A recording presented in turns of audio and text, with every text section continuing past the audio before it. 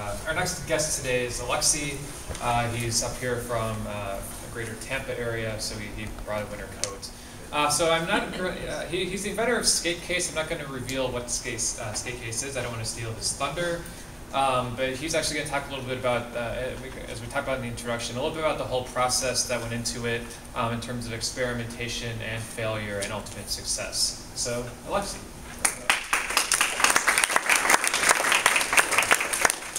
Forward. Come on real big. Run into the stage a little bit. So, there's a presentation up on the screen. I guess I'll get rid of this.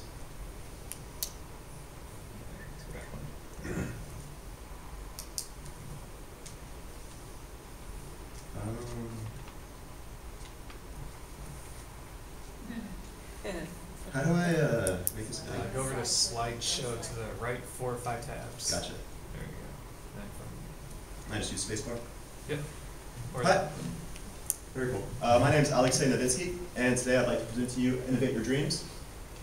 I'd like to start off by reading my company motto. Every day is a chance to make a difference to better our world. Through innovative platforms, we do just that. We create awesome, green, and sustainable products, host events that promote art and culture, and take everything to the next level. After all, what are we waiting for? So, a little bit about myself. I was born in South Africa, Cape Town. When I was 2 years old, moved to Oklahoma City, Oklahoma. Then, when I was 6, moved to Tampa, Florida. At age 18, I went to the University of Colorado and received my undergraduate degrees in astrophysics, physics, planetary science, and astronomy, with a minor in geology. And then I went to USF for my master's in mechanical engineering. I founded my company, Lucius Labs, LLC, in 2011. I also wrote the general utility patent for any skateboard with storage and combination. And recently, of 2013, founded another company, Lucius Labs Skate, LLC, which I now have the technology license to. So, what is SkateCase? Well, SkateCase is the only skateboard in the world that you can open and put your personal items inside. So, right? Pretty awesome. It's really simple, really. I mean, on the screen here you see the original SkateCase.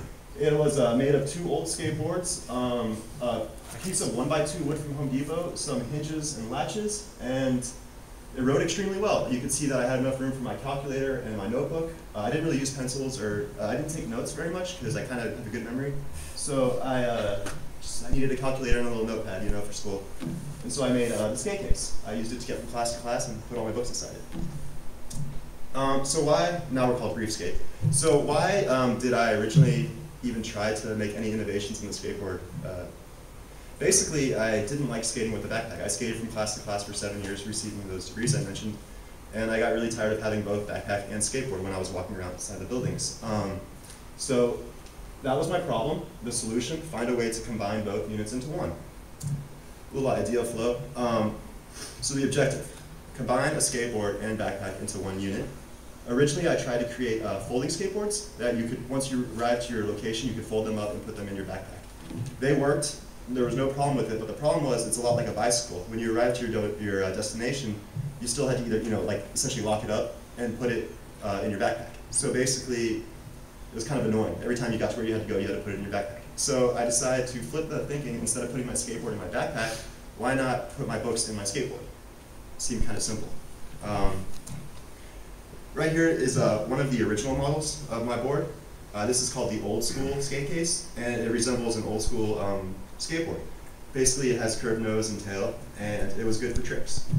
But if you're going from class to class and you have like your iPad or another electronic device, you probably don't want to be doing tricks with a computer inside your board. So I then went to longboards. I started modeling some longboards because they're more used for transportation, getting from place to place, and you typically don't do as many tricks with a longboard. So this is one of my longboard models I created. It's called the Pintail. The reason I did this these are 40-inch boards. The reason I did this was because, like I said, good cruising, good storage. The problem with this model was that it was prone to stress cracks. You can see that next to the wheels, it had some pretty sharp angles and curves, and when we had heavier riders riding them, they would typically crack, and I didn't want to sell a product that was cracking. So I then created the Arrow model. That's what I have here today. This is a 40-inch Arrow. I personally handmade this board and have personally handmade about 350 of them since then. So that's the Arrow. It's a great board, still in production, and pretty cool. So why did I decide to patent this product? So my entire life I've invented things, all kinds of different things, and I've never even considered really patenting them or moving them forward. I happened to be in a course with a professor at USF, and his name was Franco Lodato. And let me tell you a little bit about Franco real quick. He is responsible for putting the rubber grip on a toothbrush. He's responsible for putting multiple razors on a razor blade. He designed Ferraris, and I'm sure you guys are familiar with the first flat phone. It was the Razor. He designed that with Motorola. So he basically said I should patent it. And when someone like that says you should patent something, you do what he says. So the course I was in with him was called Communication Design, and throughout that course we were designing a product that, it was a wristwatch that tracked patients with dementia in order to measure the onset of dementia within them. And so as we were taking the steps for filing patents, such as the patent scrub, patent searches, and all those different aspects of patenting the patent process, I used those skills and applied them to my own product. I wrote the provisional patent for my product myself, and then that was there, but I still needed to get a non-provisional patent. I had a year in order to find investors and partners, and so I approached Franco again, and he introduced me to USF's patent department, Department of License and Patents. And they were very interested in the product. You can see a photo here with me. That's the president of USF, Judy Genschaft, and I gave her a USF full skate case.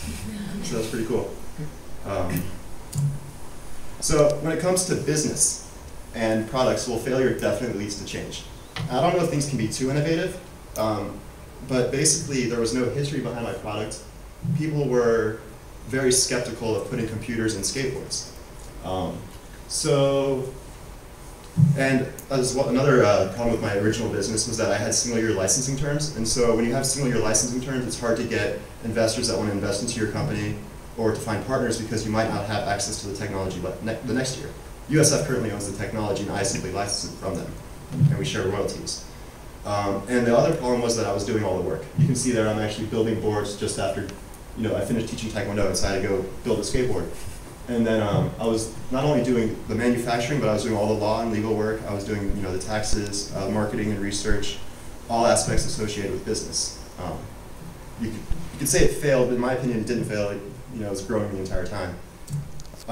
So when it comes to starting a business, where does money come from? I would say equally as important as where does money come from is where does the network come from? I had neither, and I will speak about the first and the second after.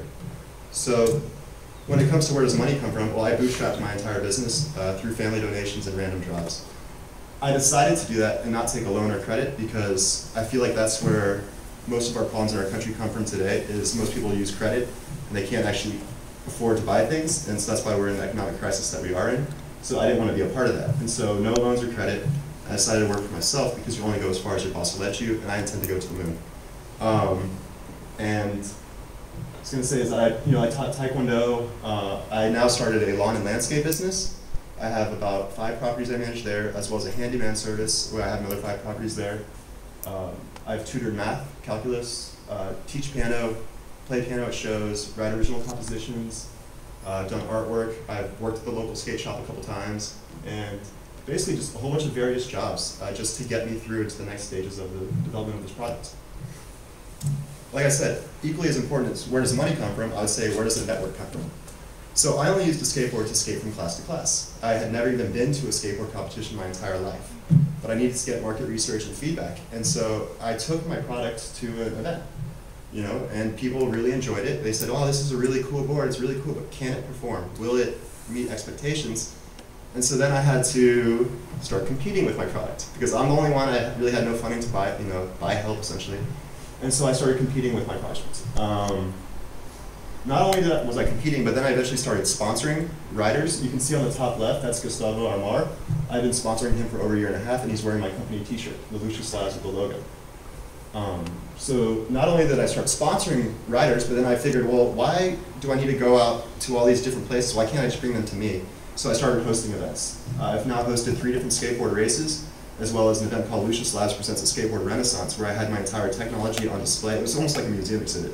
I had my entire technology on display from the very first one I made that you saw to the one that we released at the Surf Expo this last September. So I created the history associated with the product. Here you can see me competing. I got third place in this longboard race here. That was a 10-mile race, and I rode on my board. Hosting events. So I also started a coloring book called Adventures of Teddy B that promotes skating, art, and culture. And you can see I'm showing it off to some of the competitors of the race. That photo was taken at Ballast Point in Tampa. And here's a picture of the network. On the far left, professional longboarder, rickshaw, and then owner of skate park on wheels, skateboard manufacturer, and then members of the International Longboard Distance Skating Association. So now I had a network, I still needed business partners. So there was this really interesting event called the Startup Bus. And I've never been on a hackathon, I didn't even know what that was. But basically this is a highway hackathon, I guess, from what I've heard. And there were 6 different buses leaving from different destinations across the US, and one of them was from Mexico. And basically there's 20 people on each bus. The idea is that you get on this bus, you don't know anyone, and you form teams. These teams start businesses, and by the time we reach Texas for the South by Southwest, we pitch our business plan to a panel of angel investors. I went on the bus and I told people, I had this concept for skateboard with storage idea, and basically they were very interested in it, and we started a company called Briefskate with it. And as far as I know, from any hackathon, we are the only company or people to ever create a physical product during a hackathon, and not just some type of app or code, something like that. And so, business partners. Now I have, this was actually taken at MailChimp headquarters, if any of you are familiar with that. And that's Darren Lewis on the left and Spencer Mertides on the right. And just so happens they had a big wall that said Thrash Me. So we post next to that. Also during this trip, which was very cool, Spencer got me in touch with Tony Hawk, and I was able to talk to him for a little bit. He thought the product was very interesting. He went on our website and was like, oh, cool. And so that was a lot of fun. And I had already been working for 3 years before this point. And basically after 2 days working with these guys, I was already talking to Tony Hawk, got interest from Red Bull, all kinds of exposure. So I then, you can see that I created a product history, business partners, and okay, so the failures addressed, right? Originally there was no product history. Now I have a product history. There was the 3.5 years of me basically promoting my boards, competing with them, hosting events and networking. I now had business partners, so I don't really do any work. I have a manufacturer. I have someone that takes care of my website. I have someone that takes care of my law and money things.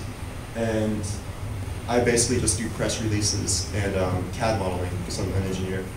And so I also have lifetime licensing now, exclusive lifetime licensing. Originally I had single-year licensing, but with this new company that I started, Lucius Labs Skate, with brand name Briefskate, we have lifetime licensing. And so failures addressed, the success.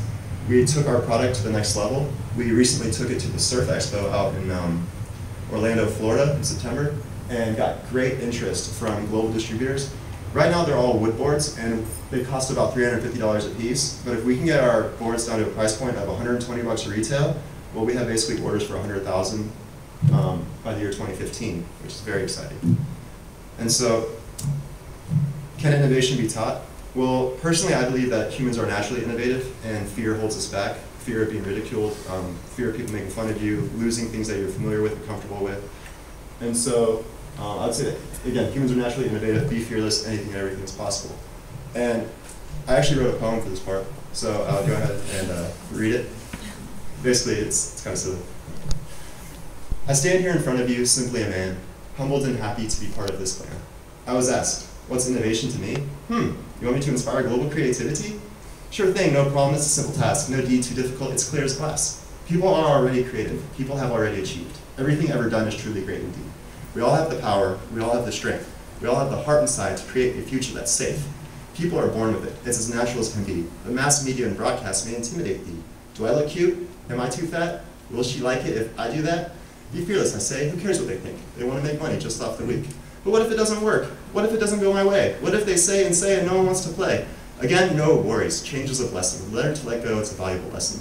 Live today and tomorrow, and don't be blinded by a future that may or may not be sorrow. Instead, grab hold and seize the day. Be happy and bold and ready to play. Thanks.